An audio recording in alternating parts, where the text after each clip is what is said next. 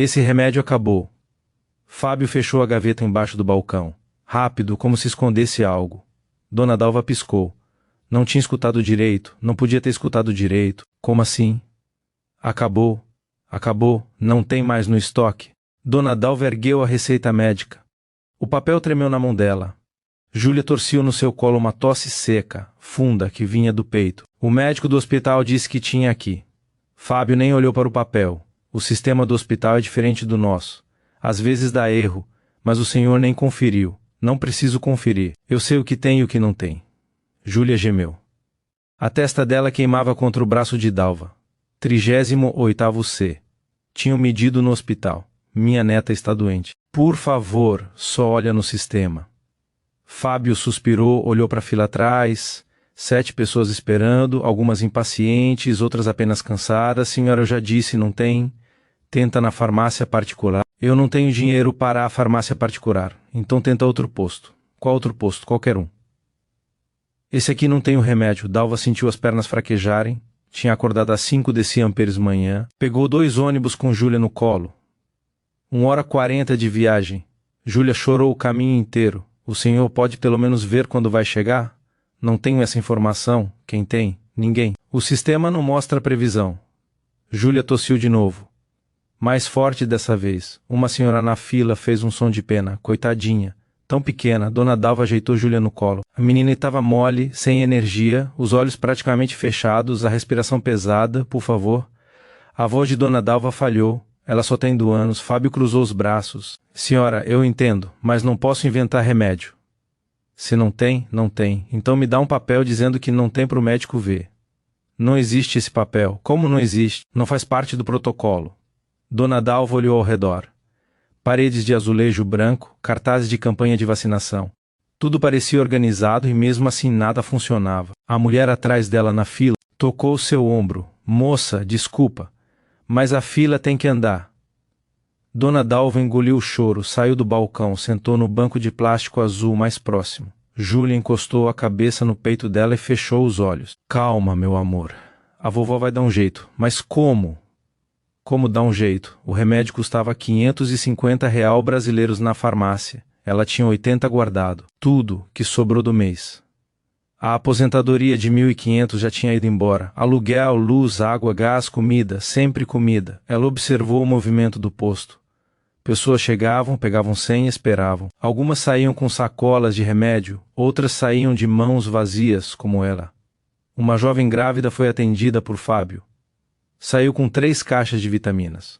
Um senhor de bengala pegou remédio para pressão. Uma mãe com 2 filhos conseguiu xarope para tosse. O sistema funcionava. Para algumas pessoas funcionava. Júlia mexeu no colo de Dalva, abriu os olhos por um segundo. Vovó, tô com sede. Dona Dalva não tinha trazido água, tinha saído com tanta pressa. Olhou ao redor, bebedouro no corredor.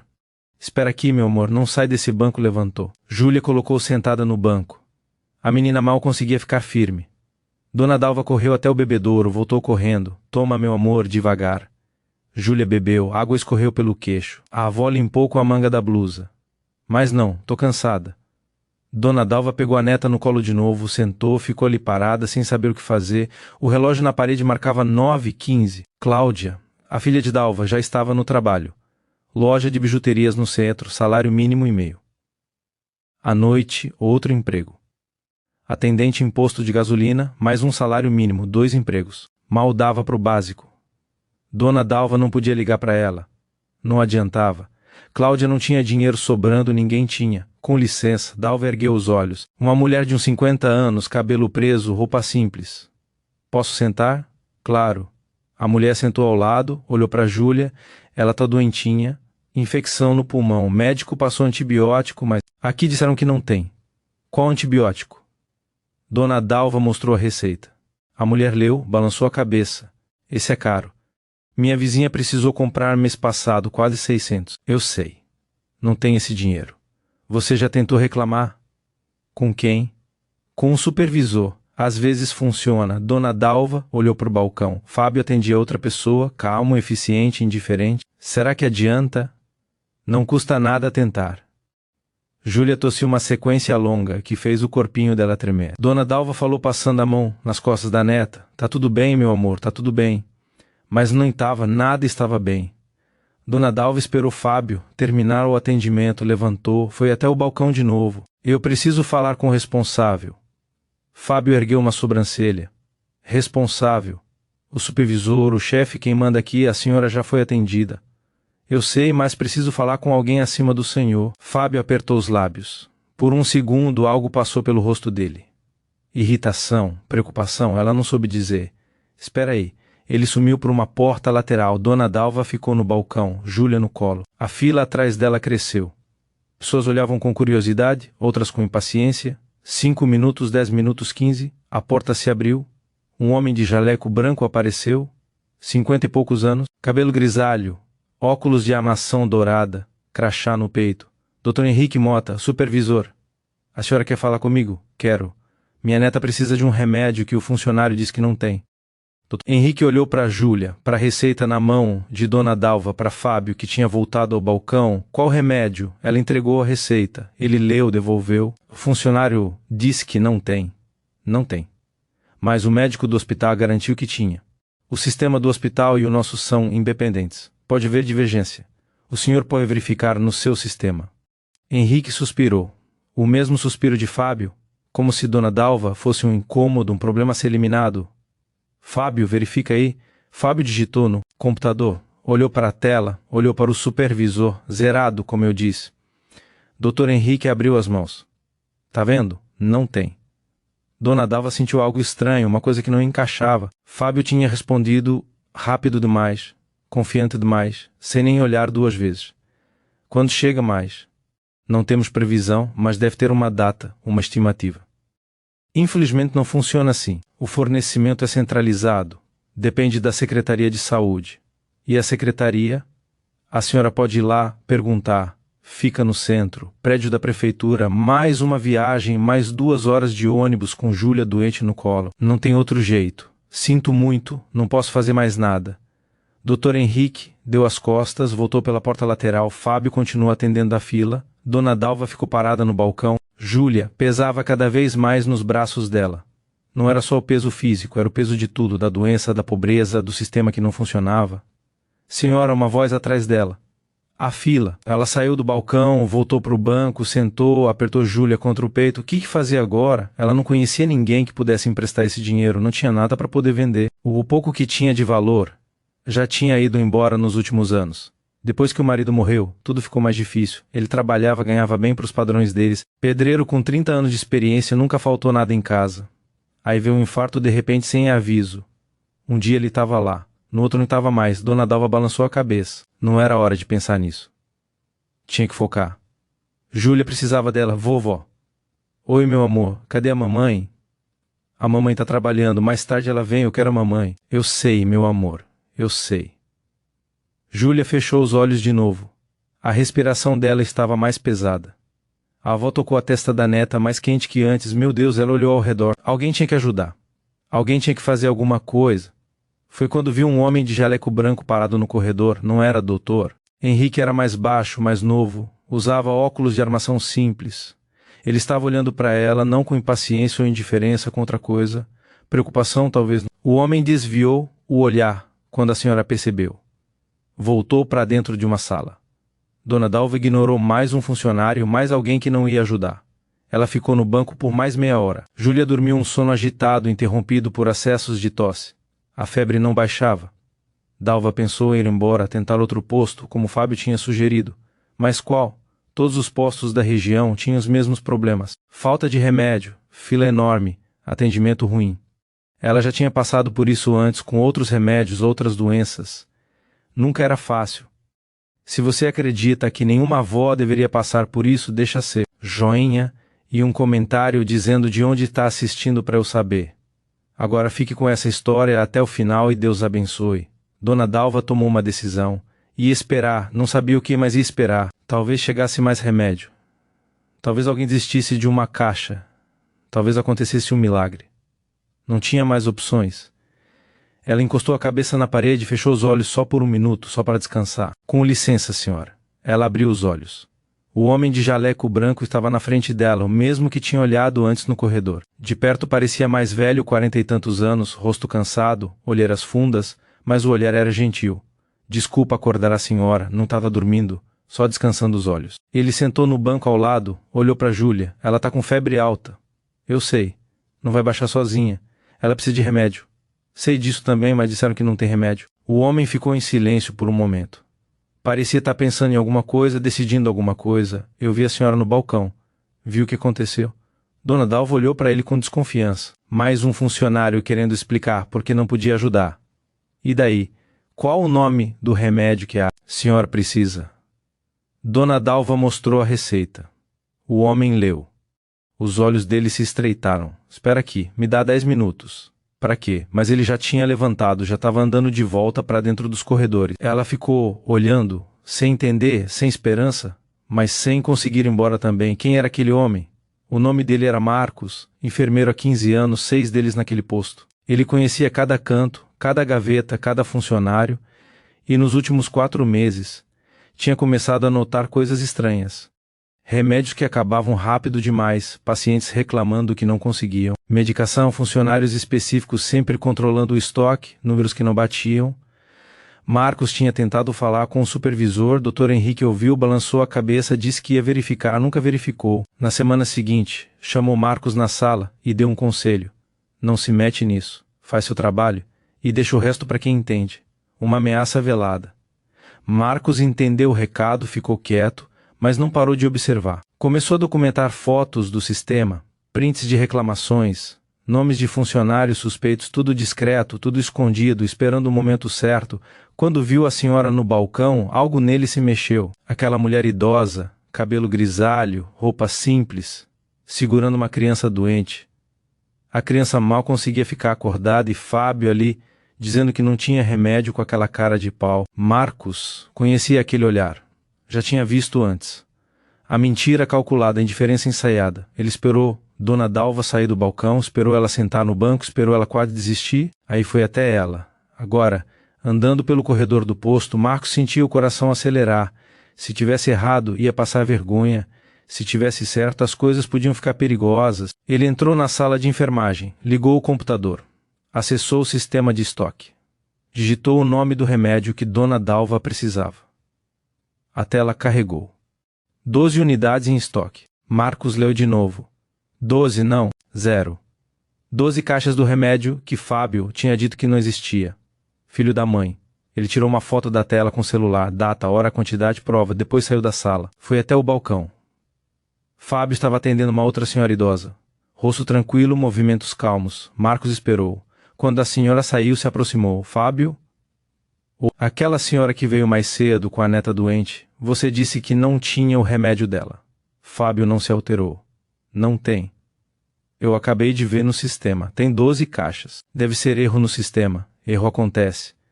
Às vezes, o sistema não atualiza. Marcos olhou para a escaveta embaixo do balcão. A mesma que Fábio tinha fechado rápido quando Dona Dalva chegou. Deixa eu ver no estoque físico. Não precisa, eu já chequei. Então não custa nada checar de novo. Fábio cruzou os braços. Marcos, eu tô no meio do expediente. Tenho fila para atender. Não dá para ficar checando estoque toda hora. É só uma olhada, 2 minutos. Não, a palavra ficou no ar. Dura definitiva. Os dois se encararam. Por que não? Porque não precisa. Eu já disse que não tem. E eu tô dizendo que no sistema tem. O sistema erra. 12 caixas não somem do nada. Fábio se inclinou para frente. A voz baixou. Escuta aqui. Eu não sei o que você tá querendo, mas não se mete nisso.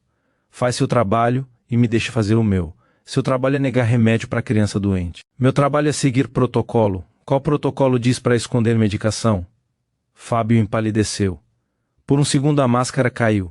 Medo, raiva, algo mais, eu não tô escondendo nada. Então abre a gaveta. Que gaveta? Essa embaixo do balcão. Fábio olhou para baixo, olhou para cima, engoliu em seco. Não tem nada aqui? Então abre. Não vou abrir. Não tem que provar nada para você. Marcos deu um passo para trás. Não ia conseguir nada assim. Fábio estava na defensiva. Não ia ceder. Tá bom, deixa pra lá. Fábio relaxou. Visivelmente. Isso mesmo, cada um no seu canto. Marcos se afastou, mas não foi embora. Foi até o corredor, ficou observando de longe. 10 minutos. 20, meia hora. Fábio olhou ao redor. Verificou se ninguém estava perto, abriu a gaveta, tirou uma caixa de remédio e guardou dentro de uma mochila. Marcos viu tudo. Que desgraçado. Ele voltou para a área de espera. Dona Dalva ainda estava lá no mesmo banco, Júlia no colo. A menina parecia ter piorado. A respiração mais pesada, o rosto mais vermelho. Marcos sentou ao lado da senhora. Eu tenho uma notícia. Dona Dalva ergueu os olhos. Exaustos. Sem esperança. Tenho remédio. Tem 12 caixas no estoque. Como? Eu vi no sistema e vi o funcionário escondendo uma das caixas agora mesmo. Dalva ficou em silêncio, processando. Então por que ele disse que não tinha? Isso é o que eu quero descobrir. Se tem, por que ele não me deu? Marcos hesitou. Não queria assustar a mulher, mas também não podia mentir. Tem alguma coisa errada acontecendo aqui. Já faz meses que eu noto que tipo de coisa. Remédios sumindo. Pacientes sendo mandados embora sem medicação. E sempre os mesmos funcionários controlando o estoque. Dona Dalva apertou Júlia contra o peito. O senhor está me dizendo que eles estão roubando remédio? Eu não tenho certeza, mas acho que sim, meu Deus. Júlia continuava torcendo, uma tosse longa e dolorosa. E agora, o que a gente faz? Marcos pensou. Não tinha resposta pronta. Denunciasse agora sem provas concretas? Iam ignorar, como tinham ignorado antes? Eu vou conseguir esse remédio para sua neta, mas preciso de um pouco de tempo. Quanto tempo? Me dá até amanhã de manhã. Dona Dalva olhou para Júlia. A menina estava cada vez mais quente, cada vez mais fraca. Ela precisa do remédio hoje. Eu sei, deixa eu ver o que consigo fazer. Marcos levantou. Foi até a sala de enfermagem. Pegou um termômetro. Voltou. Deixei medir a febre dela. Dona Dalva segurou Júlia enquanto Marcos colocava o termômetro embaixo do braço da menina. 30 segundos. 39,2. Tá subindo. Tá? Ela precisa de antitérmico, pelo menos. Isso eu consigo agora. Marcos foi até o estoque de enfermagem. Voltou com um frasco de dipirona infantil. Dá para ela 5 mililitros. Vai ajudar a baixar a febre. Dona Dalva administrou o remédio. Júlia engoliu com dificuldade. Fez careta. Pronto, meu amor. Isso vai ajudar. Marcos sentou de novo. A senhora mora longe daqui? 1h30 de ônibus. E a mãe da menina, minha filha, está trabalhando. Ela sabe que vocês estão aqui. Sabe? Não pode fazer nada. Não consegue sair do trabalho agora. Marcos balançou a cabeça, conhecia essa história. Gente pobre trabalhando em 2, 3 empregos, sem tempo nem dinheiro para cuidar da família direito. Olha, eu vou tentar resolver isso hoje, mas se não conseguir, a senhora volta amanhã cedo, 8 horas. Eu vou estar aqui. E se ela piorar? Se piorar muito, leva para o hospital. Pronto, socorro. Não espera. Dona Dalva assentiu. Os olhos dela estavam vermelhos, mas ela não chorava. Ela bateu naquele portão de madeira pesada, pedindo apenas um pedaço de pão. Mas o que encontrou por trás daquela porta mudou sua vida de uma forma que jamais poderia imaginar. Você consegue imaginar estar tão desesperada, tão destruída pela fome e pela solidão que reunir coragem para pedir comida a um estranho parece ser a última coisa que resta entre você e o fim? Mas essa história aconteceu no interior de Goiás, em março de 1889, quando uma viúva faminta e um fazendeiro solitário descobriram que às vezes a salvação vem de onde menos esperamos. Antes de continuar, deixe seu comentário dizendo de onde você está assistindo agora. Escreva sua cidade e seu estado. Isso ajuda muito o canal a crescer e chegar em mais pessoas que amam essas histórias de superação e emoção. E se você ainda não é inscrito, se inscreva no canal e ative o sininho para não perder nenhum vídeo novo. Agora vamos à história. Helena Cortez nunca imaginou que um dia estaria caminhando pelas estradas empoeiradas do interior de Goiás, sem destino, sem dinheiro, sem comida. Ela tinha 28 anos, mas as últimas semanas a envelheceram de um jeito que o espelho não conseguia mais esconder. O vestido cinza que usava, antes bem ajustado, agora pendia frouxo nos ombros magros. Os cabelos castanhos que Júlio tanto elogiava quando estavam limpos e arrumados, estavam presos num coque desmanchado, com fios grudados na testa pela poeira da estrada. 4 meses atrás, Helena era esposa de um comerciante respeitado em Vila Rica, cidadezinha 3 dias de caminhada dali. Júlio Cortez tinha uma venda de secos e molhados, nada muito grandioso, mas suficiente para viverem com dignidade. Eles não tinham filhos ainda, casados havia apenas 2 anos, mas planejavam uma família. Helena ajudava Júlio na venda, cuidava da casa pequena, mas arrumada nos fundos do comércio, e achava que a vida continuaria naquele ritmo calmo e previsível pelos próximos 50 anos. A febre chegou num domingo de novembro. Júlio acordou reclamando de Dor de cabeça e Helena preparou o chá de erva cidreira, achando que era apenas cansaço. Na segunda-feira, ele não conseguiu sair da cama. Na terça, a febre estava tão alta que a pele dele queimava ao toque. Helena chamou o médico que veio, examinou. Balançou a cabeça com aquela expressão que médicos fazem quando sabem que não há muito a fazer. Febre tifoide, disse ele. Vai precisar de cuidados constantes e muita sorte. Helena cuidou do marido dia e noite durante 10 dias. Trocava as compressas molhadas na testa dele, forçava colheradas de caldo quando ele aceitava, rezava ajoelhada ao lado da cama. Mas na manhã de quinta-feira da segunda semana, quando o sol ainda nem tinha nascido direito, Júlio abriu os olhos. Olhou para ela com uma clareza repentina que pareceu cruel na sua brevidade, apertou a mão dela e parou de respirar. O enterro foi rápido, como eram todos os enterros de vítimas de febre. O padre Jerônimo rezou as orações. Os vizinhos compareceram com aquela pena educada nos olhos, e Helena ficou olhando a cova sendo coberta de terra, sentindo que uma parte dela estava sendo enterrada junto, viúva aos 28 anos. A palavra soava errada, velha demais, pesada demais, para alguém que ainda deveria estar construindo uma vida. O pesadelo verdadeiro começou 3 semanas depois do enterro. Os credores apareceram. Helena nem sabia que Júlio tinha dívidas, ele sempre foi reservado com dinheiro. Dizia que não queria preocupá-la com essas coisas e ela confiava. Aparentemente o comércio não ia tão bem quanto ela imaginava. Júlio tinha pegado empréstimos com 3 homens diferentes para manter o estoque, e os juros tinham crescido feito erva daninha. O primeiro credor foi educado, mas firme. Sr. Cortes, devia 000 reais, explicou ele, tirando o chapéu, mas não o tom de cobrança da voz, com os juros da 1.800 agora. Helena disse que não tinha esse dinheiro. O homem olhou ao redor da venda para as prateleiras de mercadorias, para os sacos de feijão e arroz e respondeu que então teria que tomar os bens como pagamento. Em 2 semanas, Helena perdeu tudo. A venda foi esvaziada pelos credores, as mercadorias, as prateleiras, os balcões de madeira que Júlio tinha mandado fazer sob medida. Tudo foi levado. A casinha dos fundos não era deles, era alugada. E o dono apareceu pedindo os 3 meses atrasados de aluguel. Helena não tinha, lhe deu 1 semana para ela sair. Helena tentou pedir ajuda. Bateu na casa da irmã de Júlio, mas a mulher disse que mal tinha para os próprios filhos e fechou a porta. Foi na casa de 2 vizinhas com quem tinha amizade, mas ambas desviaram o olhar e murmuraram desculpas sobre tempos difíceis. A verdade, Helena entendeu naqueles dias amargos, é que viúva pobre incomoda. Viúva jovem e pobre incomoda mais ainda. As pessoas sentem pena, mas não o suficiente para dividir o pouco que têm. No último dia, antes de ter que deixar a casa, Helena juntou o que restava, um trouxa pequena com 2 mudas de roupa, um chale que tinha sido da mãe dela, e as alianças de casamento. Pensou em vender as alianças, mas algo dentro dela não deixou. Era tudo o que restava de Júlio. De 2 anos de casamento, de planos que nunca se realizariam.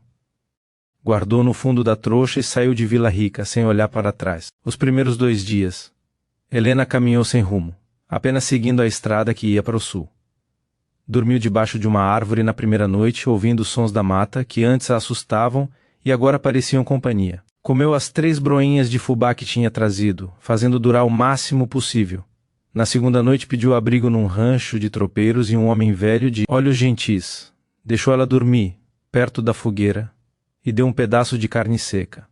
No terceiro dia, a fome começou a doer de verdade. Não era só o estômago vazio, era uma fraqueza que deixava as pernas bambas e a cabeça leve. Helena tentou pedir comida numa fazenda pequena, mas a mulher que atendeu olhou para ela com desconfiança e disse que não tinha nada para dar. Em outra casa, um homem ofereceu comida em troca de favores que lhe deixou bem claros no olhar sujo que passou pelo corpo dela. Helena saiu de lá quase correndo, sentindo a humilhação queimar mais que a fome. Foi no final da tarde do terceiro dia de caminhada, quando o sol começava a descer, tingindo o céu de laranja e rosa, que Helena viu a fazenda São Sebastião. Ela estava no alto de uma elevação suave, e dava para ver os pastos se estendendo até onde a vista alcançava, o gado descansando debaixo das árvores esparsas, e a casa grande de 2 andares com paredes brancas e telhado de barro vermelho. Não era uma mansão, mas era grande, sólida, bem cuidada. Fumaça subia de uma das chaminés e Helena sentiu o cheiro de comida sendo preparada trazido pelo vento. Ela ficou parada na estrada, olhando para aquela fazenda durante longos minutos. A dignidade que ainda restava nela gritava para não fazer aquilo, para não se rebaixar a pedir esmola, mas a fome gritava mais alto, e alguma coisa naquela fazenda, talvez a fumaça subindo pacífica da chaminé, talvez a luz dourada do entardecer nas paredes brancas, fez Helena sentir que talvez, apenas talvez ali ela encontrasse um mínimo de bondade. Ela ajeitou o chale-ombros, passou as mãos no vestido tentando alisar os vincos e começou a caminhar pela estrada de terra batida que levava ao portão da fazenda. Cada passo parecia pesar 1 tonelada. As pernas tremiam de fraqueza e de nervosismo. O que ela ia dizer? Como pedir sem parecer vagabunda? As palavras se formavam e desmanchavam na cabeça dela enquanto caminhava. O portão era de madeira grossa com o nome da fazenda entalhado num arco no alto, São Sebastião. Helena parou na frente daquele portão, respirou fundo 3 vezes, tentando juntar coragem e bateu. O som ecoou seco na tarde quieta. Esperou nada.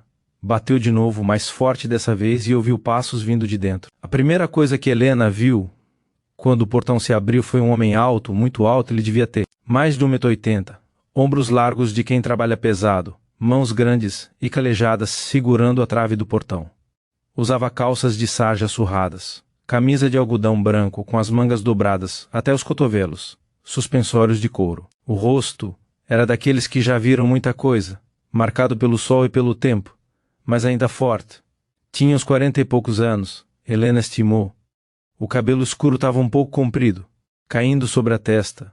Os olhos eram de um castanho profundo que parecia pesar quem olhava. Tomás Valente olhou para a mulher, magra parada do outro lado do portão, e demorou alguns segundos para entender o que via. O vestido dela estava empoeirado, os sapatos gastos, o rosto marcado pelo cansaço e pela fome. Mas tinha alguma coisa na postura dela, na maneira como segurava a trouxa pequena contra o peito e mantinha o queixo erguido, apesar de tudo, que falava de dignidade. Não era uma mendiga acostumada. Era alguém que tinha caído na vida e estava lutando para não se quebrar completamente. Helena abriu a boca, mas a voz não saiu na primeira tentativa. Engoliu seco, sentiu a garganta arranhando de seca e tentou de novo. "Tem pão, senhor?", conseguiu dizer, e odiou como a voz saiu fina e fraca. "Por favor." Não comia 2 dias, só um pedaço.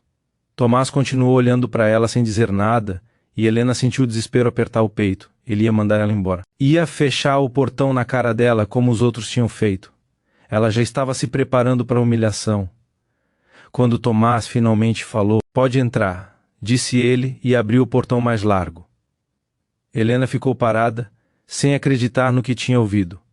Tomás fez um gesto com a cabeça, indicando o caminho para casa. "Pode entrar", repetiu ele, com a voz grave, mas não ríspida. "Tem comida preparada."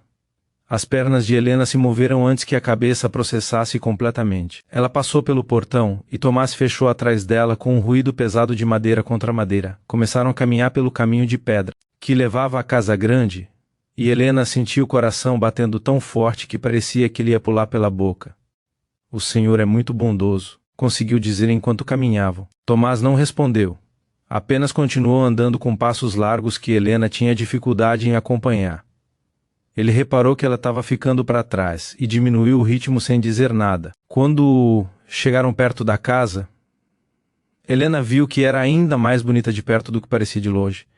Tinha uma varanda ampla com colunas de madeira, janelas grandes com vidros limpos, refletindo a luz do entardecer. Vasos com samambaias pendurados, tudo bem cuidado, mas com um ar de solidão, como se a casa fosse grande demais para quem morava nela. Tomás subiu os 3 degraus da varanda e abriu a porta da frente. "Entre", disse ele, e Helena obedeceu, pisando devagar, como se tivesse medo de sujar o chão limpo. O interior da casa cheirava a madeira encerada e a comida. Helena sentiu o estômago roncar com tanta força que teve certeza de que Tomás ouviu, mas ele não demonstrou. A sala de entrada era ampla, com móveis de madeira escura, um aparador com um vaso de flores secas, quadros nas paredes. Tudo limpo, tudo arrumado, mas tudo curiosamente sem vida. Parecia uma casa onde ninguém realmente vivia, apenas existia. Tomás seguiu para um corredor e fez sinal para Helena acompanhar. Eles passaram por uma sala de jantar com uma mesa enorme que poderia sentar 12 pessoas facilmente, mas tinha apenas um jogo americano numa das pontas. Chegaram na cozinha e ali finalmente havia sinais de vida. Uma mulher velha, de cabelos completamente brancos, presos num coque, estava mexendo uma panela no fogão a lenha. Ela se virou quando ouviu os passos e olhou de Tomás para Helena, com uma expressão que Helena não soube decifrar. Dona Jacinta, disse Tomás, a senhora pode servir um prato para a moça. Dona Jacinta olhou para Helena de cima a baixo. Reparou no vestido sujo, na magreza, no jeito como ela segurava a trouxa e seus olhos suavizaram. Pode deixarmos Tomás, respondeu ela, já pegando um prato. Senta ali, menina, disse para Helena, indicando uma cadeira na mesa rústica da cozinha. Helena sentou devagar, como se a cadeira fosse quebrar embaixo dela. Colocou a trouxa no chão ao lado dos pés, ficou com as mãos entrelaçadas no colo, sem saber o que fazer, o que dizer. Tomás ficou parado perto da porta, observando enquanto Dona Jacinta enchia um prato. Tinha arroz, feijão, um pedaço de carne assada, abóbora cozida, comida simples, mas farta. A cozinheira colocou o prato na frente de Helena, e a moça olhou para aquela comida como se fosse um tesouro. Come, menina, disse Dona Jacinta com voz gentil. Vai esfriar. Helena pegou o garfo com mão trêmula e começou a comer. Ela tentou devagar manter a compostura, mas a fome era tanta que foi difícil.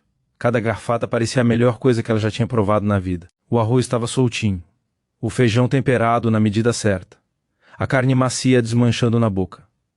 Tomás continuou ali parado, observando a moça comer com uma urgência contida, que dizia tudo sobre há quanto tempo ela estava sem comida. Ele sentiu alguma coisa apertar no peito, uma mistura de pena e de raiva. Pena dela, raiva do mundo, que deixava uma mulher chegar naquele estado. Dona Jacinta também observava e foi ela quem quebrou o silêncio. De onde você vem, criatura? Helena engoliu o que estava mastigando antes de responder. De Vila Rica, senhora, 3 dias de caminhada para o norte. Sozinha.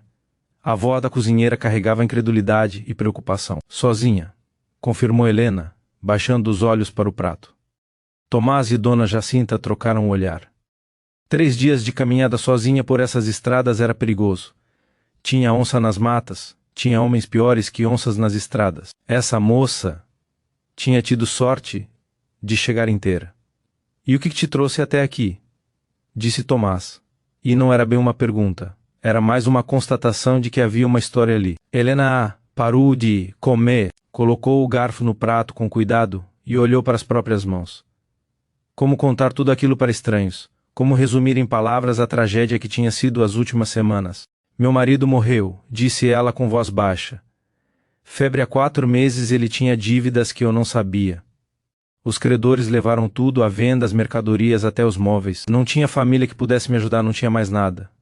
Então eu saí de Vila Rica porque não tinha razão para ficar. A cozinha ficou em silêncio. Dona Jacinta soltou um suspiro longo e balançou a cabeça. Tomás não disse nada, mas alguma coisa no rosto dele mudou. Ficou mais duro, mais fechado. Você tem para onde ir? Perguntou Dona Jacinta. Helena balançou a cabeça. Não, senhora. Estava pensando em chegar até Goiânia, tentar encontrar trabalho de costureira ou de cozinheira, mas é longe ainda. Goiânia, mais de 1 semana de caminhada daqui, disse Tomás. E você não vai conseguir chegar lá, viva no estado em que está. As palavras eram duras, mas a verdade nelas era inegável. Helena sabia disso. Ela estava no limite das forças. Alguns dias, sem comida direito, e ela ia desmaiar numa estrada qualquer e morrer ali mesmo. Tomás ficou quieto por um longo momento e Helena quase conseguia ver os pensamentos passando pela cabeça dele. Dona Jacinta também estava quieta, mas olhava para o patrão com uma expressão que parecia um misto de esperança e preocupação. Você sabe cozinhar? Perguntou Tomás de repente. Helena ergueu os olhos surpresa. Sei sim, senhor. Cozinho bem. Também sei costurar, lavar, passar, cuidar de casa. Tomás assentiu devagar, como se estivesse tomando uma decisão. Dona Jacinta está ficando velha, disse ele. E a cozinheira bufou indignada, mas não interrompeu. Ela precisa de ajuda aqui na casa. Se você quiser, pode ficar uns tempos, ajuda ela com a cozinha e a limpeza. Em troca, eu dou teto, comida e um pagamento pequeno no fim do mês. Nada muito, mas o suficiente para você juntar e seguir viagem, quando estiver melhor.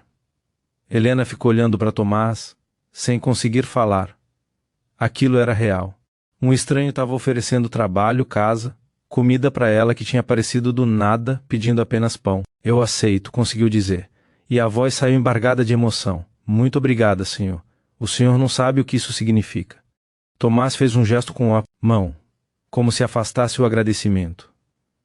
Dona Jacinta vai mostrar onde você vai dormir, disse ele. Descanse hoje, amanhã começa o trabalho. Ele saiu da cozinha com passos pesados e Helena ficou ali sentada, ainda segurando o garfo, sentindo lágrimas quentes escorrendo pelo rosto. Ela não sabia se chorava de alívio, de gratidão ou do choque de ter encontrado bondade onde só esperava a indiferença. Dona Jacinta se aproximou e colocou a mão no ombro dela. Vai ficar tudo bem, menina, disse a velha com voz suave. O moço Tomás parece duro, mas tem um coração bom. Só tá machucado igual você. Helena limpou as lágrimas com as costas da mão e olhou para a cozinheira. Machucado como Dona Jacinta, suspirou e começou a recolher o prato vazio. Essa casa já foi cheia de vida, sabe? O moço Tomás foi casado. A Dona Beatriz é uma moça linda, cheia de alegria. Mas ela morreu faz 7 anos no parto. O bebê morreu junto. Desde esse dia o moço Tomás mudou. Ficou fechado, calado. Trabalha que nem condenado do nascer ao pôr do sol, mas não vive de verdade. Só existe. Helena sentiu o peito apertar com aquela revelação. Então o fazendeiro solitário que tinha aberto o portão